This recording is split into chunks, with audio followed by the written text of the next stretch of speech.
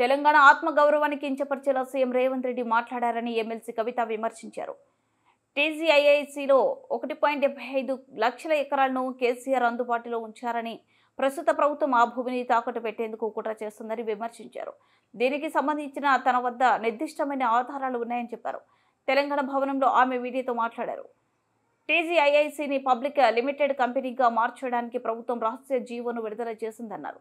Company హోదాను మార్చడం ద్వారా మరిన్ని వేల కోట్ల రుణం పొందాలని ప్రభుత్వం ఆలోచిస్తుందని చెప్పారు. తెలంగాణ భూములను స్టాక్ ఎక్స్చేంజ్లో కుదువ పెట్టేలా కుట్ర జరుగుతుందని విమర్శించారు.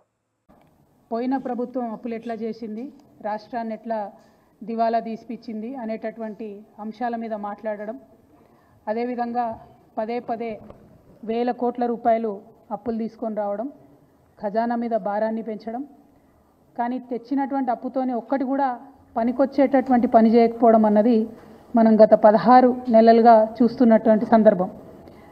అంతేకాకుండా మన రాష్ట్రానికి సంబంధించినటువంటి గౌరవ ముఖ్యమంత్రి గారు నిన్నగాక మొన్న మాట్లాడినటువంటి మాటలు కూడా మనందరం కూడా చూసినాం. తెలంగాణ ఆత్మగౌరవాన్ని కించపరిచే విధంగా, నేను ఒక రాష్ట్ర ముఖ్యమంత్రిగా ఎక్కడికి పోతున్నా నన్ను చెప్పుల దొంగను చూసినట్టు చూస్తున్నారని అంత నీచమైనటువంటి మాటలు, నిజంగా అట్లాంటి మాటలు చెప్పాలంటే ఇబ్బంది అనిపించినా ఆయన నోటి నుండి అట్లాంటి మాటలు వినడం అన్నది తెలంగాణ ప్రజలకు అవమానం. అది సీఎం చైర్కి అన్నది పక్కన పెడితే మనది అన్ని రాష్ట్రాల్లాగా కాదు. మనం ఆత్మగౌరవంతో పోరాటం చేసి 60 ఏళ్ళు సాధించుకున్నటువంటి రాష్ట్రం. అటువంటి రాష్ట్రాన్ని ఎంత గౌరవప్రదంగా మనం కాపాడుకుంటే అంత బాగుంటుంది.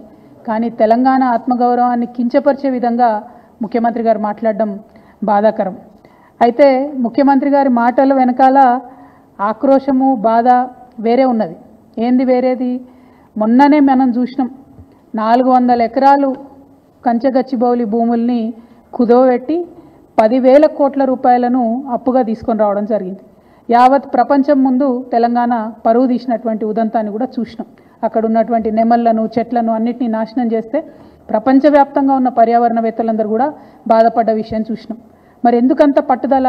ఎందుకు ఆ భూములు అమ్మాలి? ఎందుకు 10,000 కోట్లు తెచ్చుకోవాలి అంటే, ముఖ్యమంత్రి గారు కంప్లీట్గా ఆలోచన ఏంటంటే, తెలంగాణ రాష్ట్రంలో టీఎస్ఐఐసిలో, ఇదివరకు టీఎస్ఐఐసి అన్నాము, ఇప్పుడు వాళ్ళు టీజీఐఐసి అంటున్నారు, ఇండస్ట్రియల్ ఇన్ఫ్రాస్ట్రక్చర్ డెవలప్మెంట్ కార్పొరేషన్లో 1,75,000 ఎకరాల పైచిలకు భూమి కేసీఆర్ గారు జమ చేసి పెట్టిండ్రు.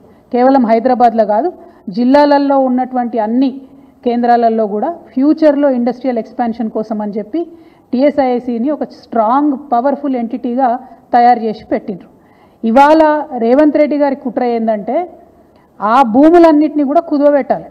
కంచెగచ్చిబౌలి శాంపుల్ మాత్రమే 1,75,000 ఎకరాల తెలంగాణ వ్యాప్తంగా ఉన్న భూముల్ని కుదవబెట్టడానికి ఒక మంచి కుట్రపూరితమైనటువంటి స్కెచ్ రేవంత్ రెడ్డి గారు తయారు చేసుకున్నారు. మరి తయారు చేసుకున్నారు, కానీ ఆ విషయాన్ని ప్రజల నుంచి దాచిపెట్టాలనేటటువంటి ప్రయత్నం చేస్తున్నారు. మీ అందరికి కూడా తెలుసు, నా దగ్గర నిర్దిష్టమైనటువంటి ఆధారాలు లేకపోతే నేను మాట్లాడను.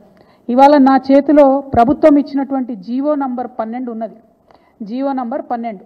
ఈ జీవో ఏప్రిల్ 11వ తారీఖున ఇచ్చిరు ఈ సంవత్సరంలో. కానీ ఇది మీకు ఎక్కడ ప్రభుత్వ వెబ్సైట్లో కనబడదు, ఇండస్ట్రియల్ ఇన్ఫ్రాస్ట్రక్చర్ కార్పొరేషన్ వెబ్సైట్లో కనబడదు, ఎక్కడ కూడా కనబడదు. ఎందుకు ఇంత రహస్యం? ఎందుకోసం దాచిపెట్టినరు? ఏమున్నది ఈ జీవోలా? ఇది చెప్పడానికే నేను ఇవాళ తెలంగాణ ప్రజల ముందుకు రావడం జరిగింది. ఈ జీవోలో ఏం చెప్తుందంటే, ప్రభుత్వము ఇప్పటి వరకు తెలంగాణ స్టేట్ ఇండస్ట్రీ